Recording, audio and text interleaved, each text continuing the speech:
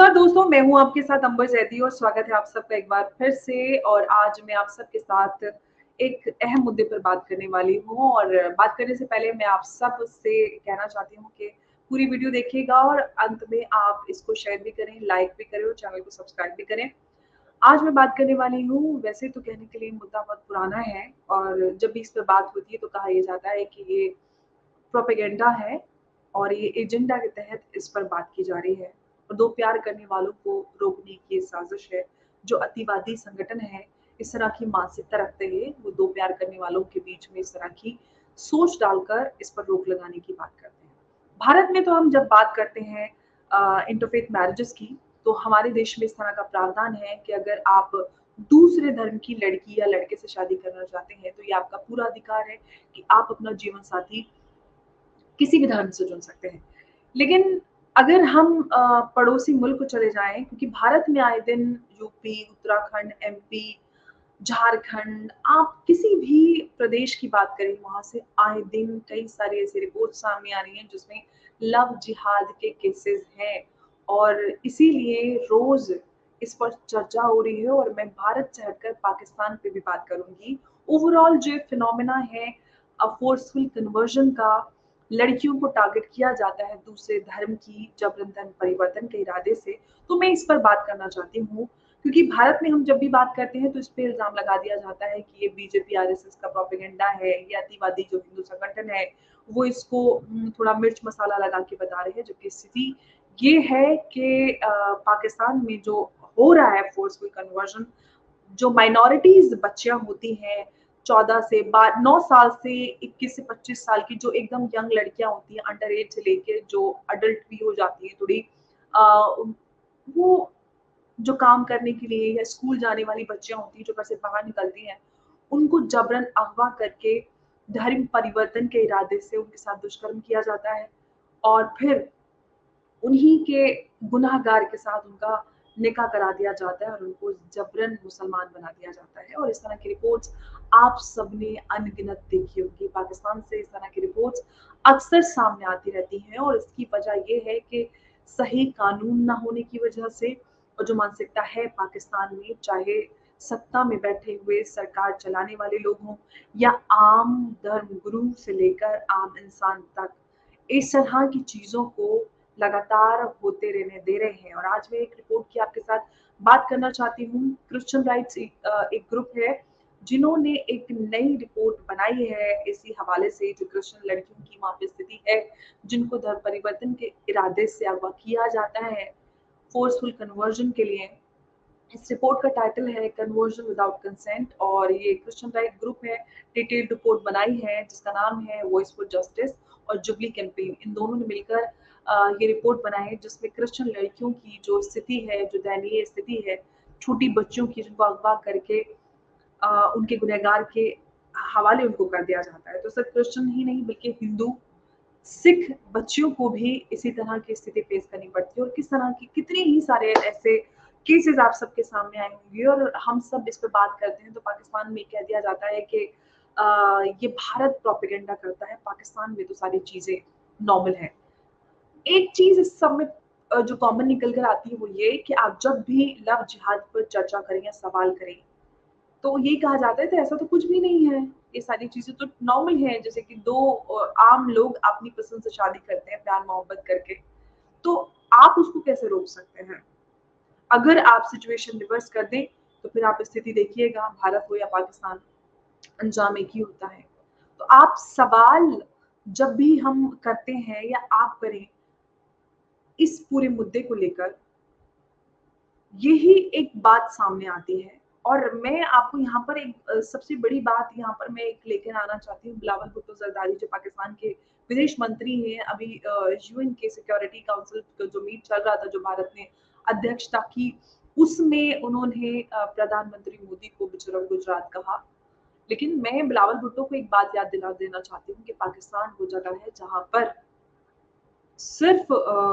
हिंदू या गैर मुस्लिम माइनॉरिटीज़ नहीं बल्कि मुस्लिम माइनॉरिटीज़ को भी क्या-क्या प्रताड़नाएँ झेलनी पड़ती हैं। उनको काफ़िर कहा जाता है, और अगर हम अहमदियों की बात करें, कादियानियों की बात करें, तो उनकी स्थिति, उनको अपने आप को मुसलमान अहमदियों को अपने आप को मुसलमान कहने का हक नहीं है कानूनी तौर पर। वो मुसलमानों का कोई त्योहार नहीं मना सकते, कुछ प्रैक्टिस नहीं कर सकते, और अगर ऐसा करते हैं तो उनको पुलिस उठा के ले जाती है। अगर पुलिस ना लेके जाए तो उनको भीड़ उनके टुकड़े-टुकड़े चिथड़े कर देती है। और गैर मुसलमानों को तो आप पूछिए ही मत। उनको मारा काटा जाता है, उनकी बच्चियों को अगवा किया जाता है। आए दिन इस तरह की रिपोर्ट सामने आती है। बिलावल भुट्टो जरदारी हो या इमरान खान, जो इससे पहले पाकिस्तान के प्रधानमंत्री थे, आज तक उन्होंने, किसी ने भी, सत्ता में बैठे किसी ने भी, चाहे पहले हो या आज भी हो, किसी ने भी इन बच्चियों के अधिकारों के बारे में आज तक कोई चिंता नहीं की, क्योंकि मानसिकता तो यही है कि आपको नंबर्स बढ़ाने हैं, फोर्सफुल कन्वर्जन करके, अलग-अलग इसी तरह के हथकंडों से। आप जब इस तरह की मानसिकता रखते हो और उसके बाद आप इंटरनेशनल फोरम पे जाकर आप बड़ी-बड़ी अधिकारों की, ह्यूमन राइट्स की बात करें, तो बड़ी हँसी आती है और बड़ा अफ़सोस होता है कि आप लोग इस तरह की दोगली मानसिकता रखते हैं और आकर इस तरह की बात करते हैं। तो पाकिस्तान में जो स्थिति है अभी बच्चियों की, और हिंदुस्तान में भी ये सारी चीज़ें, और पाकिस्तान और हिंदुस्तान ही नहीं, आप जाएँ, चाहे अफ़गानिस्तान, चाहे आप चले जाएँ यूनाइटेड किंगडम चले जाएँ, पूरे यूरोप में चले जाएँ, आप कहीं पे भी जब ये सारा पूरा मसला डिस्कस करते हैं, तो आपको अलग-अलग तरह से ये सारे मुद्दे और इस तरह के केसेस उभरते हुए दिखेंगे। और यूके का ग्रूमिंग गैंग मैं आपको याद दिलाना चाहती हूँ, जहाँ पर यूके में ग्रूमिंग गैंग्स चलते आए हैं कई दशकों से, और उन बच्चियों को आइस में सेक्स स्लेवरी के लिए भेजा भी जाता रहा है, और केरला में भी इस तरह की चीज़ें आई हैं। और भारत के ख़ास तौर से जो सीमावर्ती इलाके हैं, उनमें जो ये सेम पैटर्न पर केसेस बढ़ रहे हैं, फोर्सफुल कन्वर्जन के, धर्म परिवर्तन के इरादे से लड़कियों को प्यार के जाल में फँसाया जाता है। दर्जनों केस कोर्ट में भी हैं और आज भी हैं और पहले भी रही हैं, चाहे वो क्रिश्चियन लड़कियाँ हों, हिंदू हों, एक ही पैटर्न पर लड़कियों को जबरन धर्म परिवर्तन के इरादे से फँसाया जाता है। और आजकल फिर इस तरह के केसेस की काफ़ी मात्रा बढ़ती जा रही है, और अब जो एक नया पैटर्न है कि टुकड़े कर देने वाला, ये बहुत ही चिंता करने वाला विषय है। पाकिस्तान में अगर हम बात करें, भारत में तो कम से कम हम इस पर बात करते हैं खुलकर, और हमारे देश में 11 राज्यों में कानून भी बन चुका है, और केंद्र सरकार से भी ये मांग की जा रही है कि इस तरह का कानून देश भर में केंद्र सरकार बनाए, ताकि देश भर की बच्चियों को इस कानून के अंतर्गत सुरक्षा मिल सके। और अगर इस तरह के केसेस आते हैं तो एटलीस्ट आंकड़े हों कि इस तरह के केसेस कितने हैं और किस तरह के बढ़ते जा रहे हैं, क्योंकि इससे पहले जब संसद में इस पर चर्चा हुई थी तो कोई कहने के लिए, क्योंकि जब आपके पास पर्याप्त कानून नहीं होता तो किस कानून के तहत उस रिपोर्ट को दर्ज किया जाए, तो इसलिए आपके पास सही आंकड़े नहीं हो पाते। और ऐसा ही ट्रिपल तलाक के वक्त भी हुआ था, और इसी तरह की जो दिक्कत थी वो सामने आई थी। तो भारत तो वो देश है जहाँ पर हम कम से कम इन सारे मुद्दों पर बात कर सकते हैं और अपने हक की डिमांड कर सकते हैं। लेकिन पाकिस्तान की स्थिति, पाकिस्तान वो देश है जहाँ पर उन हिंदू, क्रिश्चियन और सिख भाइयों का, बहनों का, ख़ास तौर से उन बच्चियाँ जो छोटी लड़कियाँ हैं, उनका तो कोई सुनने वाला ही नहीं है, क्योंकि वहाँ पर अंधेरी नगरी चौपट राजा, जो लोग कट्टरवाद को बढ़ावा देने वाले बच्चियों के बारे में ना सोचकर अपनी राजनीति करते हैं, और वो फिर इंटरनेशनल प्लेटफ़ॉर्म्स पर इस तरह की बड़ी-बड़ी बातें करते हैं, तो बड़ा अफ़सोस होता है। लेकिन बात वहीं आ जाती है जब अंदर इस तरह की मानसिकता कूट-कूट कर डाली गई हो, तो आप ऐसे लोगों से इंसाफ की उम्मीद किस तरह लगा सकते हैं? तो आज मैं पाकिस्तान की बच्चियों के बारे में बात करना चाहती थी, क्योंकि ये बात बार-बार कही जाती है जब भी आप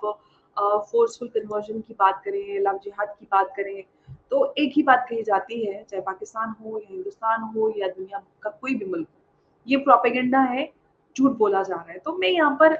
अपने युवाओं से ये बात कहना चाहती हूँ, भारत के, आप अगर किसी भी इस तरह के धर्म गुरु की बातों में आकर किसी भी लड़की के साथ धोखा करते हैं इस लालच में कि आपको जन्नत मिलेगी, तो ये सबसे बड़ा झूठ है। झूठ बोलना